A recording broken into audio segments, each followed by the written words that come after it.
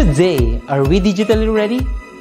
This is the question that teachers and learners are probably asking right now. With the advent of DepEd's Digital Rights Program, the Open Educational Resources, or OER, was woven together and finally realized. This project prioritizes the necessity to enhance the digital literacy skills of every teacher and learner in the country. Our OER mission is to connect the disconnected.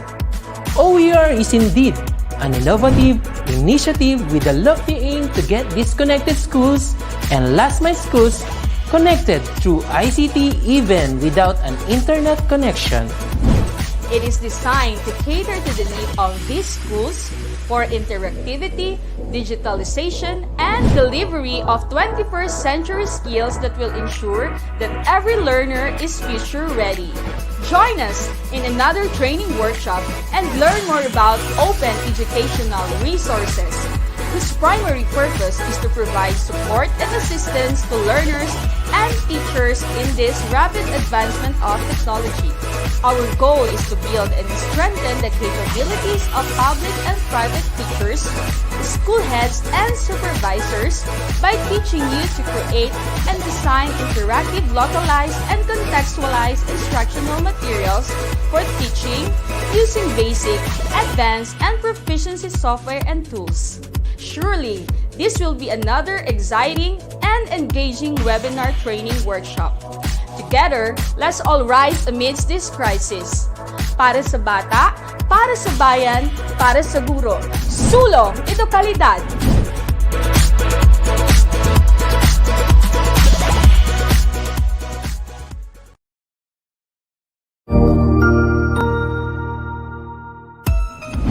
Mabuhay! Good day to all! I am your tutor Madge.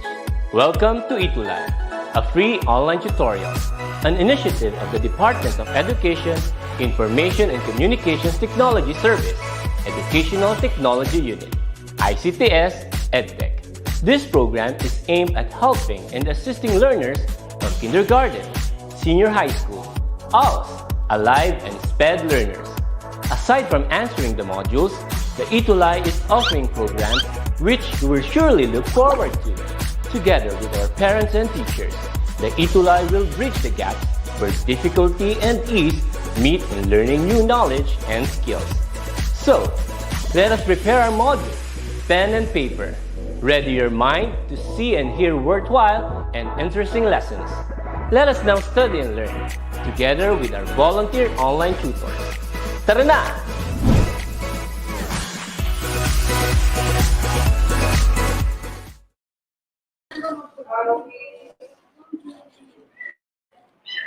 Good afternoon, and good afternoon, everyone.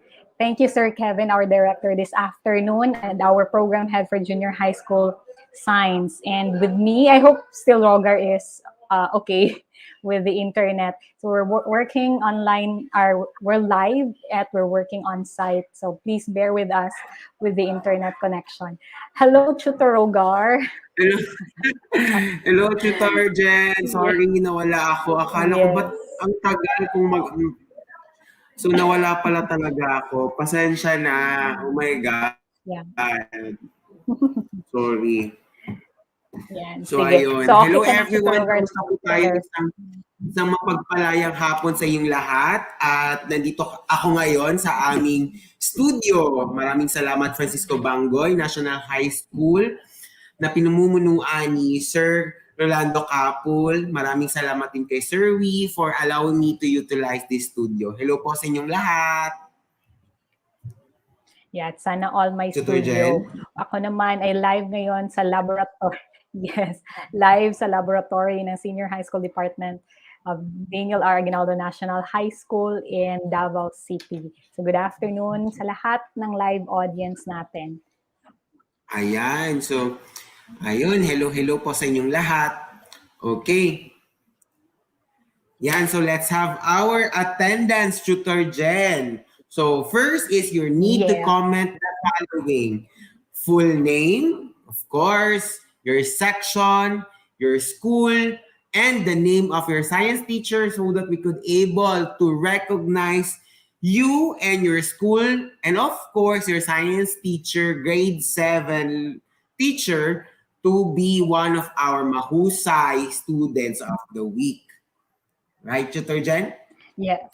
Yes. So please comment your full name, section, your school, the name of your school, and the name of your science teacher. If you can tag him or her in the comment section, that will also be better.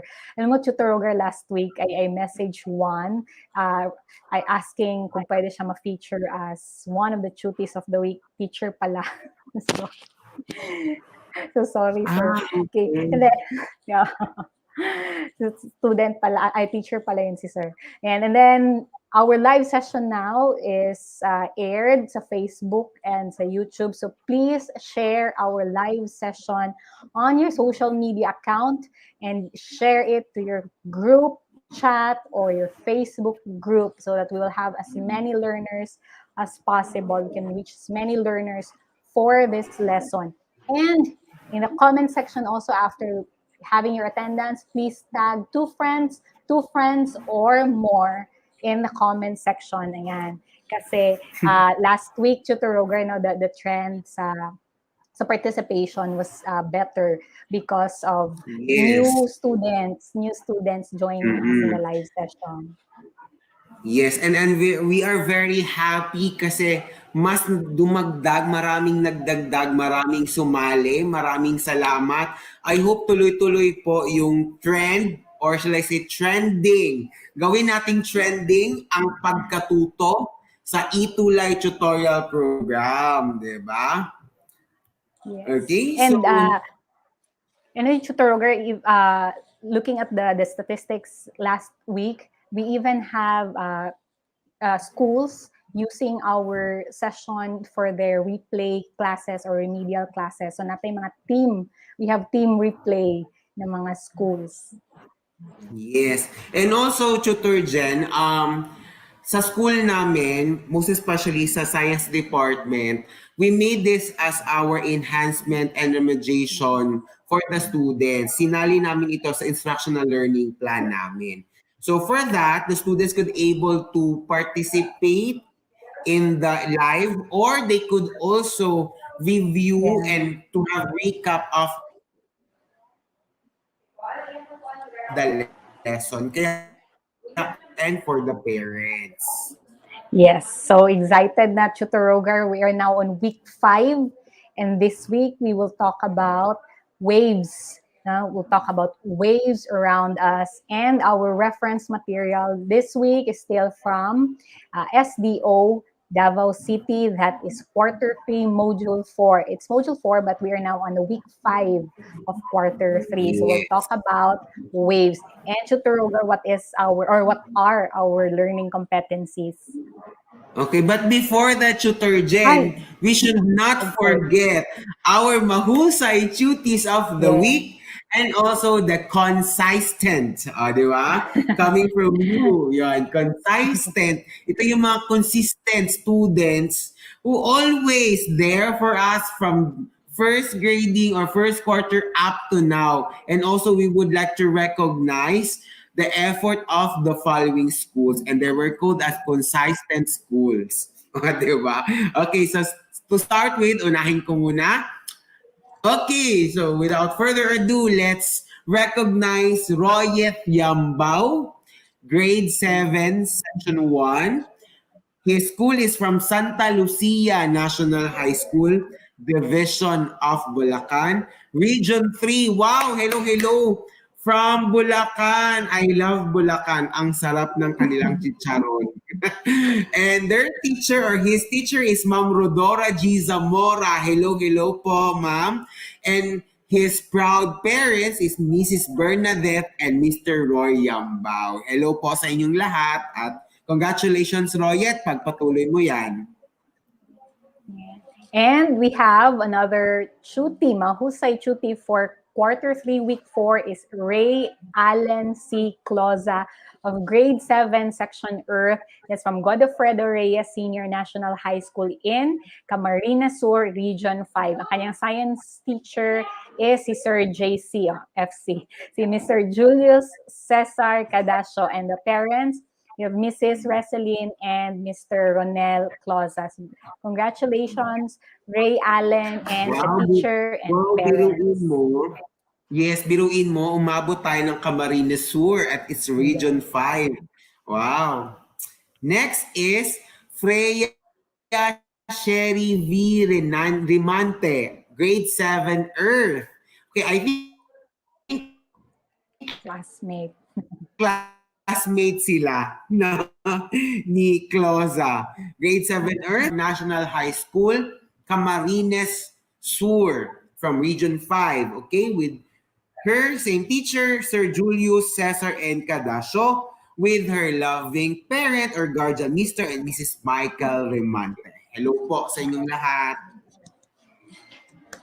Yes. And isa pa, we have si RK Kabuhat, yung name niya sa Facebook kasi RK, participative din ito last week. Si Ryan Christian, yung Ryan niya pala, I'm so sorry, may H daw yan. Tutor, so si Ryan Christian Kabuhat, that's from grade 7E or Ipil of Pulong Buhangin National High School in Bulacan, Region 3.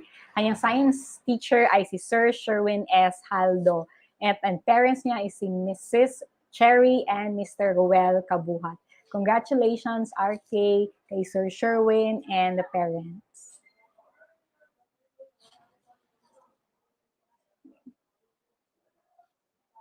See, maybe we lost Tutor Rogar. So after kay RK, we still have tuties now to recognize other tuties. Sige. I hope Tutor Roger will be back. So please allow me to share. So we have RK. And our tutie also is Erich J. De Guzman of grade 7 section Rosal from Bajet Castillo High School in Bulacan from Region 3. Ang kanyang Science 7 teacher ay si Ma'am Cheryl Mabanta. And ang parents, si Mrs. Rita and Mr. Eduardo De Guzman. Congratulations, Erich J. De Guzman. Yan. Sige, well, wala pa si Tutor Rogar. We also have Ariane D. Usi, grade 7, section 2 from Santa Lucia High School, Division of Bulacan, Region 3. Ang kanyang Science 7 teacher ay si Ma'am Rodora G. Zamora. And the parents, Antonio F. Usi and Charlie D. Usi. Congratulations, Ariane, to the teacher and the parents. Keep participating and joining us in our live session. Last but not the least, for our mahusay tutie of the week is Hazel Faith C. Villamore of grade 7 section Bigonya. Kanyang school is Francisco Bangoy National High School, Davao City, here in Region 11. And ang kanyang Science 7 teacher is si Tutor Rogar Garcia. So hello sa lahat ng mga learners from F. Bangoy National High School. Ang kanilang mga section ay mga flowers. So, hello kay Hazel. Congratulations. And ang kanyang parents naman, sila Mrs. Nida and Ernesto Villamor. Congratulations, Hazel. So, aside from this, mahusay tuties, we also would like to recognize our consistent. And so, please use this one. Our consistent tuties. These are consistent learners in science. We have Rianette Soriano, Samantha Blasi, Alriza Zaidane Gaza, Kerubin Villamor, Renz Guyver Calianta, Marvin Capulong, Carla Miguel Malonzo, Joanel Celebrar, Aksha F. Patayon with her guardian, si Ma'am Janet. We have Kari Jovita, Richmond Magusib, Diosa Espiritu, Xavier Rafael, J.M. Ladignon, RK, and si Joseph Edzil Riego. Consistent because sila from start ng airing and then they also participate and for several weeks. Thank you very much. And to the teachers also, thank you for motivating your learners. And aside from this, we also would like to recognize, parami ng parami ang ating mga consistent schools, mga consistent in Science 7. We have Alicia Vocational School, Bagnos Integrated School, Baruya High School, Bekuran High School, Dasmariñas Integrated High School, F. Bangoy National High School, Godofredo Reyes Senior National High School, Imelda Integrated Secondary School, Ingod Ramona Integrated School in Isabela, Llano High School, Luis Fe Gomez Diamantina National High School, Macabebe High School, Novaliches High School, Pampanga High School, Partida National High School, Pulong Buhangin National High School, Santa Cruz National High School in Binacod Campus, and Santa Lucia National High School. And I also would like to thank my mga team replay from last week's session. We have Doña Carmen Denia National High School, Daniel R. Aguinaldo National High School, and Banquero Integrated School in Isabela. So even if you're not watching us live, we are also looking into your participation. If you give us a comment sa live session nito, even sa link nitong session na ito, even after sa live. So thank you very much. And ayan, we are now on week 5. So we're looking forward to still having you with us for this week and in the weeks to come. So napakita natin kanina ang reference material is from SDO Davao City. Ang ating most essential learning competencies, dalawa for this week, is for you learners to infer that waves carry energy and describe the characteristics of sound using the concepts of wavelength, velocity, and amplitude. So for the past weeks, we've been talking about motion, how we describe motion in terms of speed, velocity, movement in terms of distance, displacement, and acceleration. Now we're going to talk about how waves carry energy and how movement is affecting these waves also. So hello sa lahat ng mga live learners natin. We have 53,000. Okay, so our objectives this afternoon is for you to define the nature of waves, compare the types of waves, and describe the characteristics of sound. In particular, we are going to talk about an example of wave, and that is sound. So these are our objectives. So as usual, now when we begin our session, we have our question for you. If you're ready, please let us know, because we will start with a pre-test. So if you're ready, please let us know in the comment section. You can even tag as many friends para sabay na kayo matuto with us. Okay, so let's start. Mabuhay daw. Hello, Sir Sherwin Haldo. Ayan na, Sir. Napagkamalan ko estudyante. Okay, so let's begin kasi ready na po si JM and many more.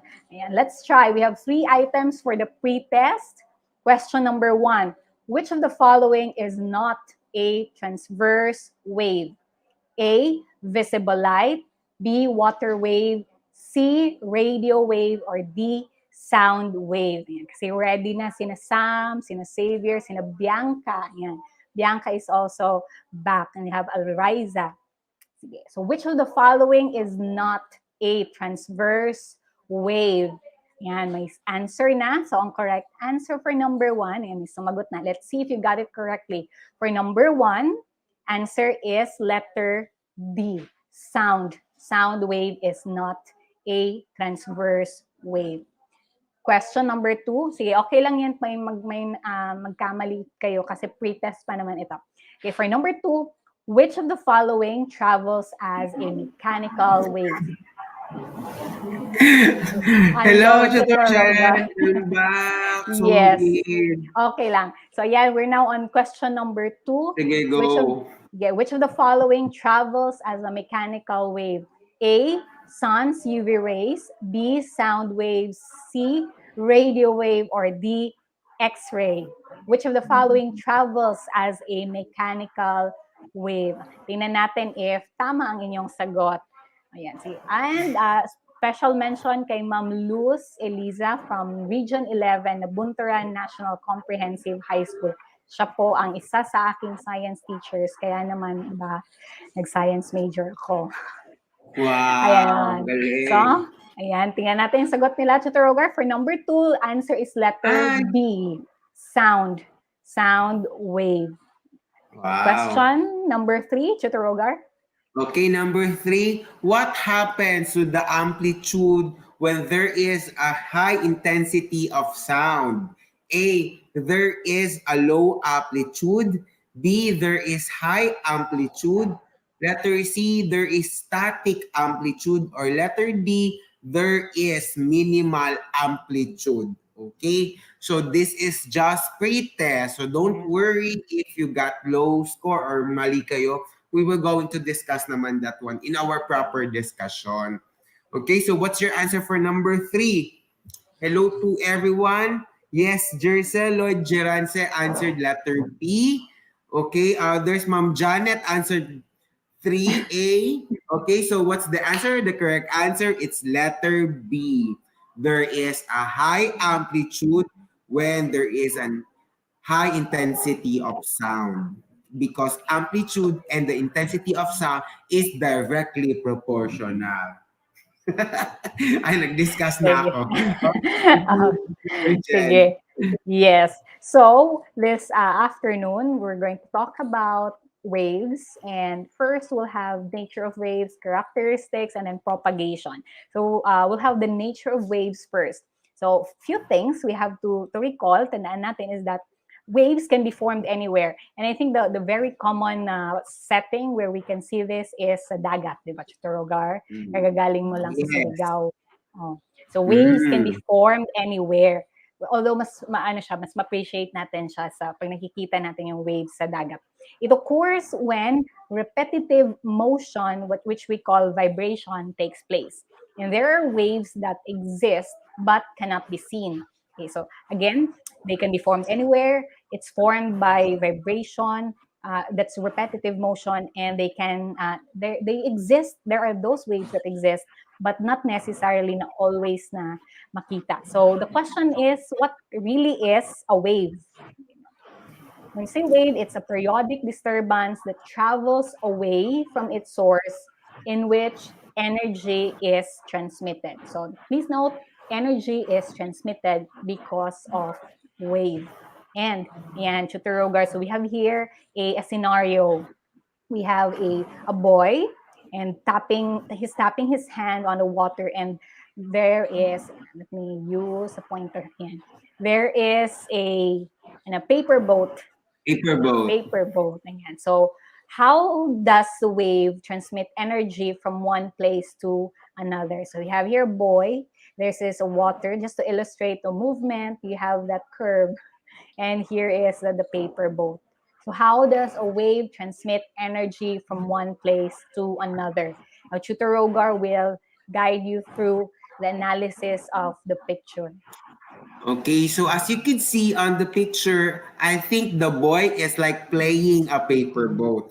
Now, in just simple activity, we were able to learn about how this wave transmit energy from one place to another. Okay, as the boy taps his hand on the wave, this will start a wave pulse. Okay, so again, as the boy taps, meaning yung sa tubig, nilalaro niya yung tubig, this will start a wave pulse. So may wave na nangyayari. So it refers to a single disturbance that will start the series of disturbances or waves. So meron ng disturbance sa water because the boy interacts with water using by tapping his hands, right? And the wave pulse created by the boy's hand has put energy into the water, right? And this energy travels in the form of waves from one place to another. This transmission of energy makes the paper boat moves rather. So therefore, hindi niya ginalaw yung paper boat. Pero gumalaw ang paper boat because there is wave. There is disturbances of water, and that's what we call the wave. So may transmission of energy from the boy to the water going to the boat. And that's the reason why the boat is moving. Yan. Yes, and ito, Tutor Rogar, Sam is saying that the illustration or the figure is similar to what they have done in their science class done experiment. Wow. Galing naman, Sam. Yes. Yan. Sige, okay lang yan. Yeah, we have, si Arian, okay lang late. We'll continue learning. So we're now on the types of waves. There are 3. So we'll talk about each type, one at a time. We have transverse, longitudinal, and surface waves. Wave. Yeah. Let's start with the transverse wave. Yan si Tutor Roger, may video nito. Ayaw niya natin i-share. For transverse waves, they happen when the waves travel in a direction that's perpendicular. So we have here, for illustration purposes, we have here your fixed point. No? Fixed point natin here. Yan, kung nasan yung pointer natin. That's your fixed point, and you have here a rope. Kasi move mo siya. Okay, pag move mo ng rope, you have here the direction ng movement ng rope and the direction of the movement of the wave. That is just to represent the wave in this figure. So the figure here is an illustration of a transverse wave where the rope here shown, the rope waves travel up and down. Now, if you move it, it will travel up and down, and the wave movement moves horizontally. So some examples of this type are, you have infrared and UV rays. So ito yung na-mention kanina na there are waves that exist but cannot be seen. So our eyes cannot detect this type of waves. But we have a transverse wave in this form. Sound is another example. No, we'll talk about sound later. So we have transverse waves. The second type is will be explained to you by Tutor Rogar. Okay, so the second type is longitudinal waves. Happen when waves travel in a direction parallel to the direction of wave movement. Sound is an example of this type. So as you can see on the picture or in the diagram, one of the example that you're able to describe a longitudinal wave is playing a coil spring. This will move backward and forth. Yan. So we have the direction of the waves going back and forth, or the direction of the wave moving going back and going forth. Okay, so that is an example of a longitudinal wave, and best example for that is the sound wave. So that's the second type. And the last type is a surface wave. Okay, so surface waves happen when the waves travel both as transverse and longitudinal waves, meaning it has the characteristics now of transverse and longitudinal waves. In this case, the movement of the wave particles at the surface is nearly circular. So this is a parang top view now of the movement of water particles. So the water in this figure, okay, or as compared to the previous examples in the surface wave, the water particles here move horizontally and vertically to the direction of the wave movement as seen in the figure. If we recall, okay, transverse wave, ang movement ng wave is up and down, perpendicular to the direction of the wave. Kay longitudinal is parallel to the direction of the wave. Surface wave here, it moves up and down and as well as back and forth. Okay, so ang difference nila is the movement. Yes. Then we have these mechanical waves and electromagnetic waves, and this is how do waves propagated. So in first is mechanical waves occur when waves travel through a medium such as solid, liquid, or gas. For instance, when you strum the guitar, wave movement would not exist without the string. So the string serves as the medium for waves to occur. Another example is the sound waves. So since sound waves is a longitudinal type, so it requires solid, liquid, or gas material such as air to propagate the sound. Okay, so under longitudinal wave is mechanical wave. On how we going to anong other term ng propagate, parang how to produce, like it could be in mechanical way or in electromagnetic way. So on the other hand, if we see electromagnetic waves, it occurs without the aid of any medium. Okay, ano ibig sabihin ng medium? Hindi yung siyang size ng t-shirt, ha? Kasi ako kasi dati when I was young, sorry sa ko, bagong kasi, bagong yung brace ko. Akala ko yung medium na sinasabi ng teacher namin before is size ng damit, like small. Ko, bakit medium? Baka large ako. Something like so, medium is an instrument that could be part of a certain situation. So for this medium is an instrument, or it could be a thing, could be solid, liquid, or gas. Yeah. So the waves existing in the sun's ultraviolet rays for the electromagnetic wave. It could be X-rays, it could be radio waves, are example of electromagnetic waves. And also the sun's ultraviolet rays.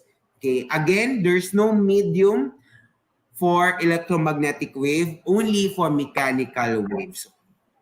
Those are two things on how we're going to propagate or to produce wave. Tutor Yes, Jen? yes. And this afternoon, Tutor Roger, now we also have learners who are under physical science class. They're watching. They're from Wow. Mariana National High School. So maybe that's part of their review. And last week, Thank Tutor you so Roger, much, diba? Mark Pastor. Grade 12 Yes. ka.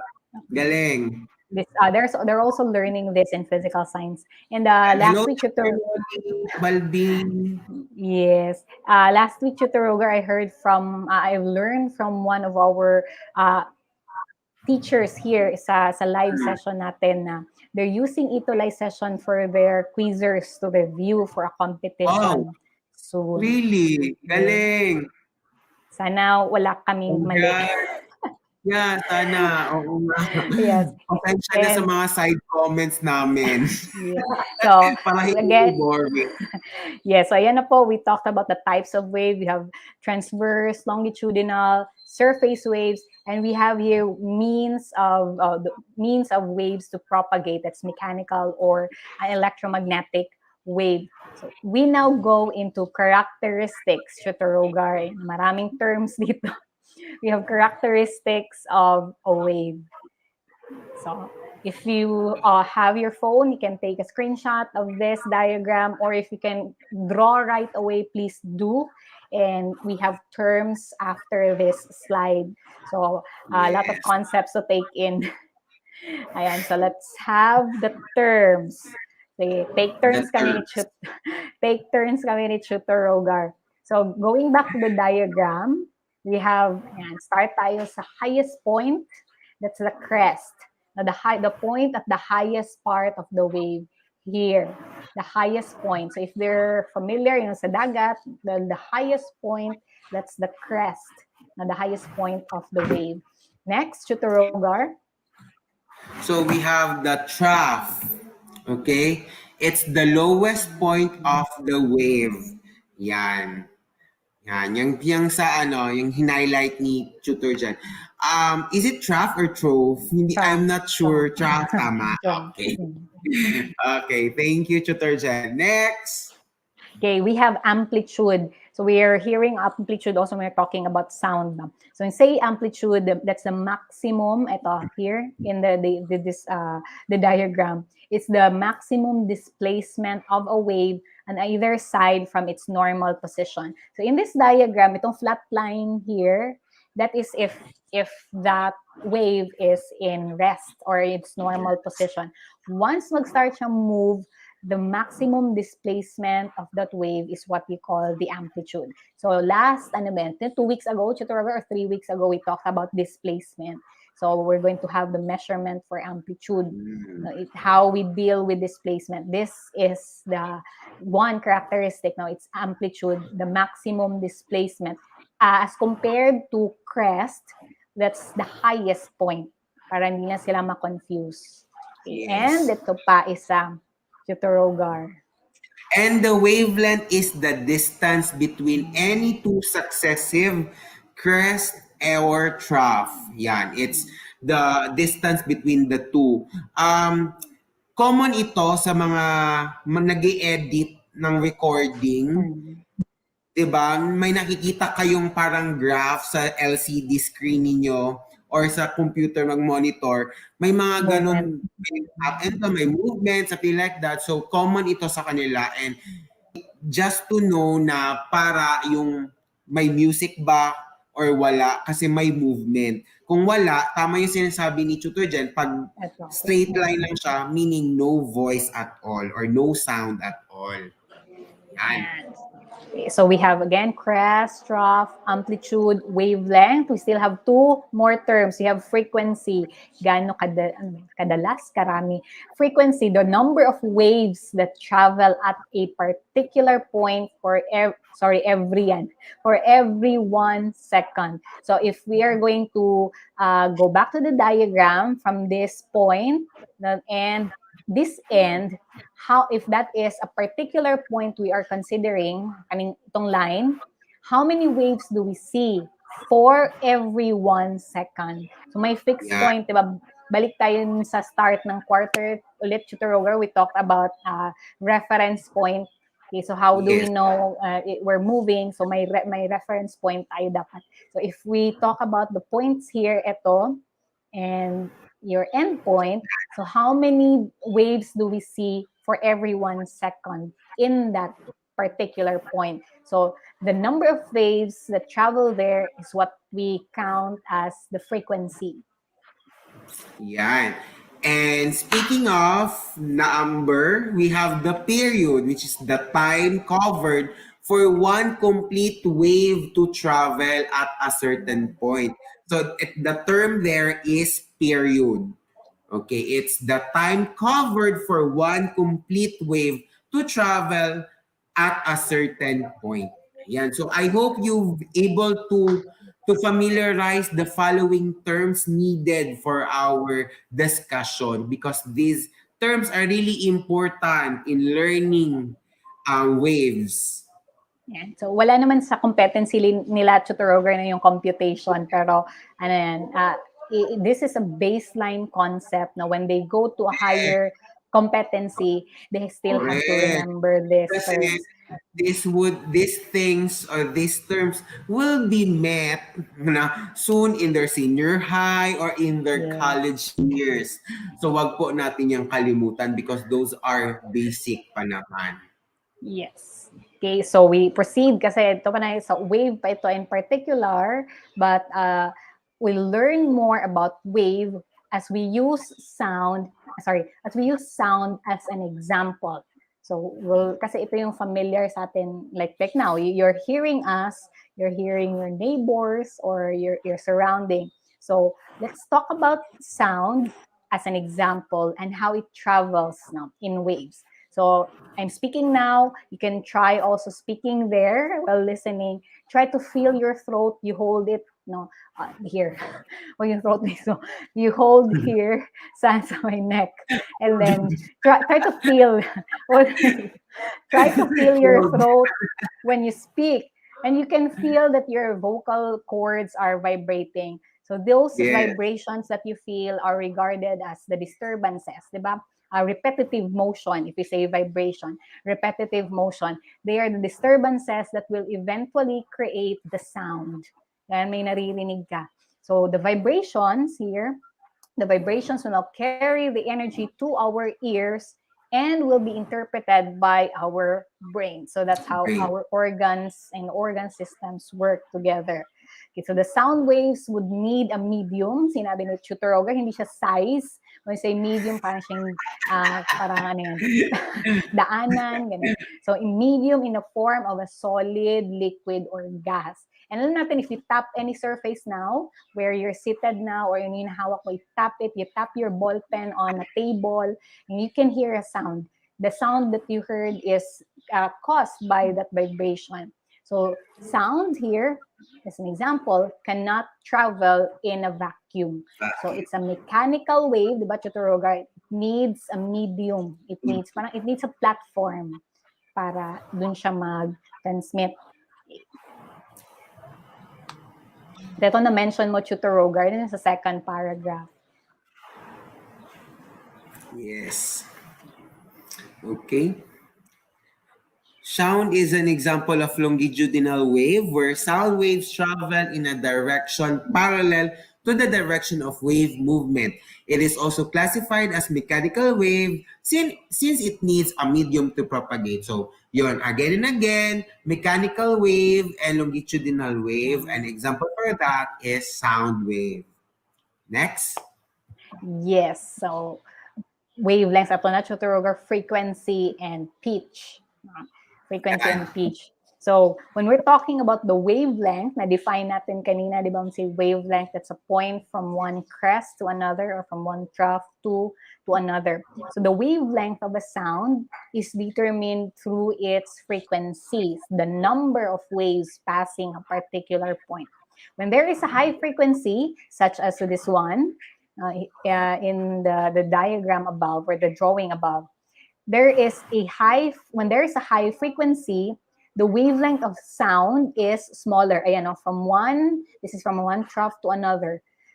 The wavelength of sound is smaller, while a low frequency sound has a greater wavelength. Okay. So those frequencies are perceived through pitch. And alam na yan ni Tutor Rogar kasi singer din yan, choir member. So, when we say pitch, it's the highness or the lowness of a sound. A high pitch means it has a high frequency like this, while a low pitch sound has a low frequency. So, the illustrations here will help you remember. High frequency, shorter wavelength. Low frequency, higher. Here, the diagram from one trough to another, that's bigger wavelength. And speed, ano yung speed of sound naman, Tutor Rogar? So if we say speed of sound determines how fast or slow sound travels. It is dependent on the kind of medium it travels. Hence, since sound travels fastest in solid, since its molecules are closely packed, and slowest in the air since its molecules are loosely packed. So balikan natin yung matter, di ba? In solid, it has really intact molecules. Compare mo sa air or liquid. So that's why speed of sound really travels fastest compared to water or to liquid or gas. So, mas mabilis talaga in solid. Yes. Sound travels faster in solid. So, we have also application this time, Tutor Rogar, pag sa sound, pag sinabi natin amplitude, na-define natin kanina si amplitude. But this time, what is amplitude when we speak of sound? We say loudness and intensity. Gaano siya kalakas or kahina. So that's when it comes to sound. Intensity is the amount of energy that is transmitted. And pag si Tutor Rogar kumanta, and dito yan, pwede sa soft sound or sa loud sound. Pag ako kumanta, dito yan sa noise. Classify. So we have amplitude and intensity of sound. And to practice, Tutor Rogar, our time is almost up. So you can still have 5 questions. And yes. Okay. So we have this one, number 1, which has a higher frequency. Ayan, so it's been discussed by Tutor Jen. Is it A or B? Choose. Sige, may answers na, ayan, while we're waiting, hello to our learners from Ocampo National High School in Region 5. Hello po. So answer number 1, ayan, may sumagot na Tutor Rogar. Ang sagot nila. Okay. Sagot Correct. is letter A. Very good. Congratulations. Ang galing. Next, About Tutor number Jen. 2, yes, number 2, which of the two has a softer sound? One with fewer frequency, ang isa has a higher frequency, which has a softer sound.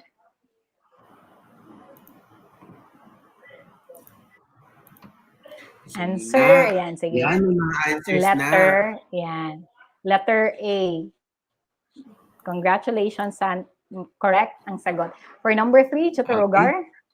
Medyo bilisan natin, Tutor Jen. Baka mag-overtime tayo. Which medium can sound travel faster? So, ito yung diniscuss ko. So, as you could see, in letter A, siya, what kind of state? B, ano siya, what kind of state? So, A or B, the correct answer for number 3, it's letter, okay. Answer. The correct answer, letter B, it's solid. Solid state of matter. Okay, next, Tutor Jen. Yes, for number 4, which has a higher amplitude. Okay, higher amplitude. Yan, ang sagot nila. We'll see if you got it correctly. For number 4, the answer is letter B. Yan. And last item, Tutor Rogar. Which has a smaller wavelength. Okay. Again, smaller wavelength. What's the answer? Okay, the correct answer for number 5, it's letter. Very good. It's letter B. Yan. So congratulations, and ayan, Tutor Rogar, we'll end up to this point, and let us practice session. So maybe the assessment, we'll have it next time, kasi it's our airing time is up already. So we'll leave you with a okay naman yun, Tutor Rogar. review natin sila, diba? Yes. Okay naman yun. Okay, so quote for today is, you can't stop the waves, but you can learn to surf. So on my takeaway nito is that you cannot stop the problem. Actually, you cannot stop all the trials in you. However, you can learn how to get with the we could able to go with the flow. You cannot do anything the problem, just pray and learn to surf out of those problems that you have, right? A very nice quotation, Tutor Jen. Yes, I'm sure si John Robert Embolode can relate to this quote. And our learners from the different schools. So we'll see you again next week. But before anything else, please do not forget to share your insights by using our hashtags, hashtag #ScienceETUlay7 and hashtag #ScienceTutorRogueGen. Ayan, nasa screen po niya yung color orange.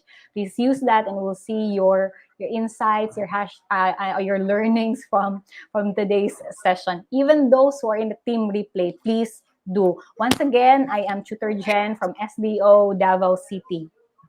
I am Tutor Rogue from SDO Davao City. Thank you so much, and God bless us all.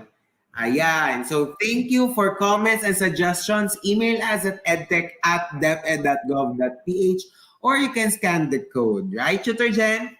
Yes. Up next, Tutor Z and Tutor Marky for Science 8. Thank you po. See you again next Monday. Yes, see you.